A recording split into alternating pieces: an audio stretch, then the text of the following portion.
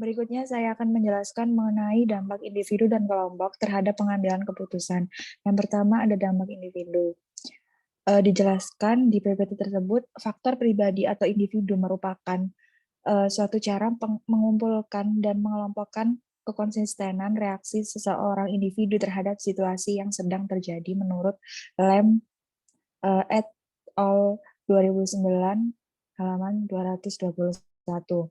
Nah, di sini faktor individual itu artinya pilihan seseorang untuk mengambil keputusan tertentu yang dipengaruhi oleh hal-hal yang melekat pada dirinya, seperti motivasi dan kebutuhan, persepsi, dan juga sikap.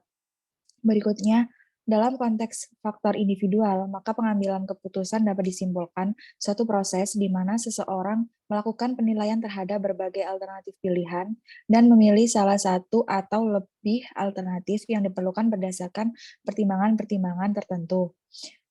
Di sini definisi ini menegaskan bahwa suatu keputusan tidak harus memilih satu dari sejumlah alternatif. Akan tetapi keputusan harus didasarkan pada relevansi antara masalah dan tujuannya. Perilaku seseorang individu akan menentukan proses pengambilan keputusan.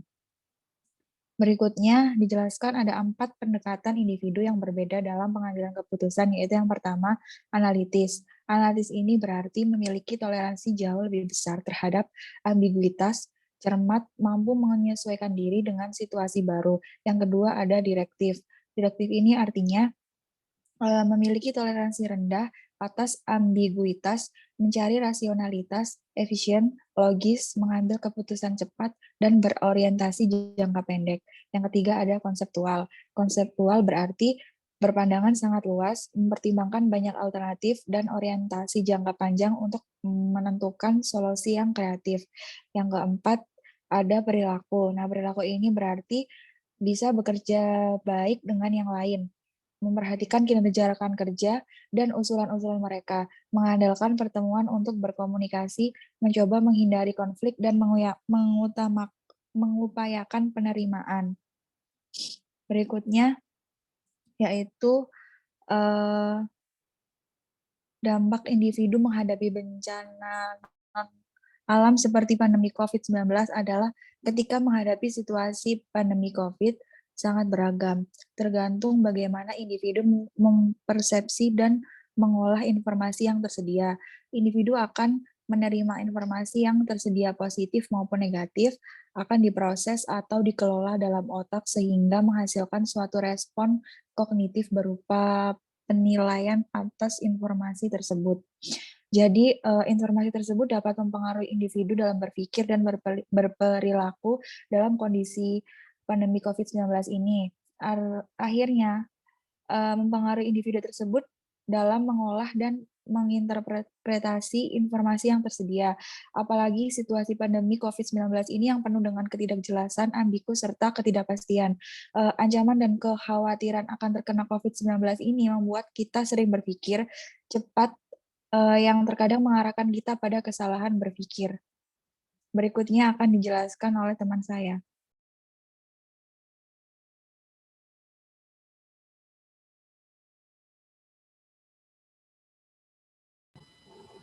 Selanjutnya yaitu dampak kelompok terhadap pengambilan keputusan. Dampak kelompok yang pertama yaitu tergantung dari gaya kepemimpinan. Kelompok itu dapat berpengaruh terhadap suatu keputusan dikarenakan kelompok atau organisasi mempunyai keputusan yang dapat dipertimbangkan oleh pemimpin organisasi dalam menyikapi masalah dan mempengaruhi kelompok lain.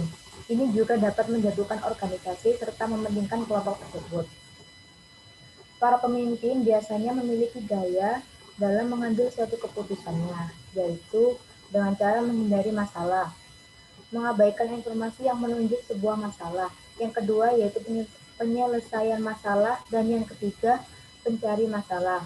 Jadi dapat dikatakan bahwa gaya dari seorang pemimpin juga sangat mempengaruhi dalam pengambilan suatu keputusan, karena dapat dilihat sendiri bahwasannya gaya yang ia miliki masing-masing beragam dalam mengambil suatu keputusan. Dalam pengambilan keputusan kelompok, rapat merupakan salah satu alat terpenting untuk mencapai informasi dan mengambil keputusan. Dan dampak atau pengaruh melalui suatu rapat yaitu yang pertama, masalah menjadi jelas karena dibicarakan dalam forum terbuka. Yang kedua yaitu menghasilkan pendapat dan pengertian yang dalam dengan penerimaan dan pelaksanaan keputusan diambil oleh peserta rapat.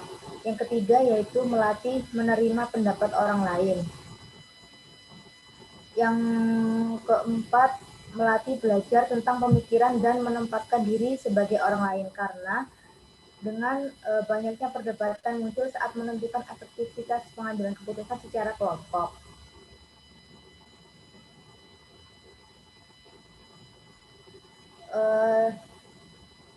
Dengan mengadakan rapat dalam pengambilan keputusan, maka kebijakan lockdown yang telah diambil oleh Anies Baswedan beserta pemerintah DKI Jakarta menjadi transparan dan sifatnya jelas, karena pengambilan keputusan tersebut dilakukan dan dibicarakan dalam forum terbuka. Dan dari situlah muncul beberapa pendapat atau usulan dari beberapa pihak yang mana seharusnya hal tersebut dapat melatih belajar tentang pemikiran dan menempatkan diri sebagai orang lain. Karena banyak perdebatan muncul saat menentukan efektivitas pengambilan keputusan secara kelompok.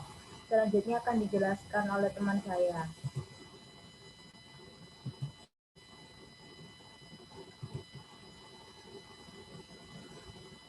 Baik, di sini saya akan menjelaskan tentang solusi dalam pengambilan keputusan individu dan kelompok. Yang pertama yaitu pengambilan keputusan individu. Banyak perdebatan muncul saat menentukan efektivitas pengambilan keputusan secara individu atau kelompok. Secara kelompok biasanya membutuhkan waktu lebih lama untuk mencapai keputusan dibandingkan secara individu. Tetapi mengikut sertakan spesialis dan ahli menguntungkan karena interaksi di antara mereka dan menghasilkan keputusan yang lebih baik. Pada kenyataannya, banyak para peneliti menyatakan bahwa keputusan konsensus dengan 5 atau lebih peserta lebih unggul dibandingkan secara individu. Pengumpulan suara terbanyak dan keputusan memimpin kelompok. Keputusan tertentu tampaknya memang menjadi lebih baik jika dibuat oleh kelompok, sementara hal lain lebih cocok jika dibuat oleh individu. Keputusan tidak terprogram lebih cocok jika dibuat oleh kelompok. Curahan bakat biasanya dibuat oleh pemimpin karena begitu pentingnya keputusan ini. Berikutnya yaitu tahapan pengambilan keputusan individu. Yang pertama, mengidentifikasi dan mendefinisikan masalah. Langkah pertama yaitu membuat keputusan yang tepat adalah mengenai permasalahan serta memutuskan untuk hal itu. Dan juga memerlukan alasan tentang mengapa keputusan ini akan membuat perubahan bagi anggota. Yang kedua, mengembangkan alternatif pemecahan.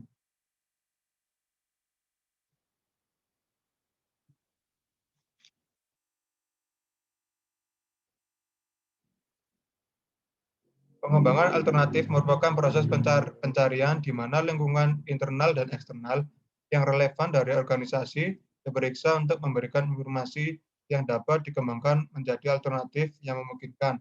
Yang ketiga yaitu evaluasi alternatif pemecahan. Pada situasi yang lain, pemimpin lebih sering menghadapi situasi dengan keputusan yang tinggi. Dalam hal ini, tidak mudah memperkirakan konsekuensi dari keputusan tersebut. Tahapan yang keempat yaitu memilih alternatif. Tahap keempat ini merupakan tindakan terpenting yaitu memilih alternatif-alternatif yang telah dinilai dan dievaluasi. Tahapan yang kelima yaitu implementasi keputusan. Implementasi keputusan mencakup pencapaian keputusan itu kepada orang-orang yang terkait dan mendapatkan komitmen mereka pada keputusan tersebut. Next. Yang kedua yaitu pengambilan keputusan kelompok. Suasana yang memungkinkan berkembangnya kreativitas mesti dibina, karena kelompok lebih cocok dibanding individu. Untuk keputusan tidak terprogram, pengambilan keputusan kelompok mirip dengan sumbang saran. Diskusi mesti mengalir dan spontan. Semua anggota harus berpartisipasi dan evaluasi awal mesti dihindarkan atas gagasan masing-masing anggota untuk mendorong partisipasi. Pada beberapa contoh, pengambilan keputusan kelompok lebih disukai dibanding individu. Kebutuhan dan keuntungan pengambilan keputusan kelompok telah diketahui, tetapi sejumlah masalah dapat juga muncul. Dibutuhkan teknik khusus untuk meningkatkan keuntungan pengambilan keputusan kelompok sambil mengurangi masalah yang muncul. Untuk selanjutnya yaitu solusi dalam pengambilan keputusan kelompok.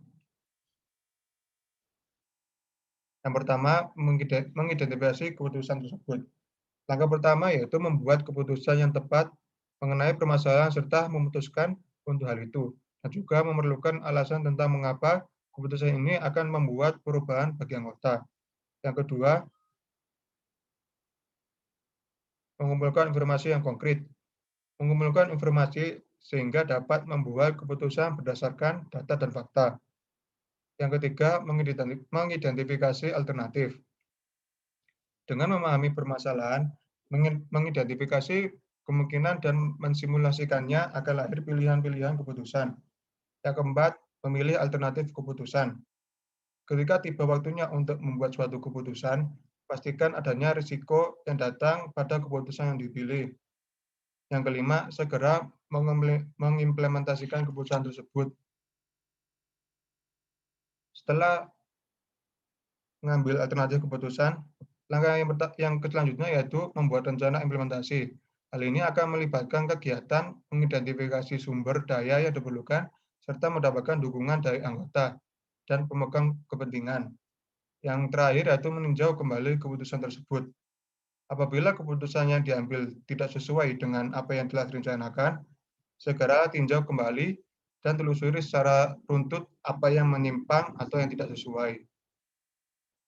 Next.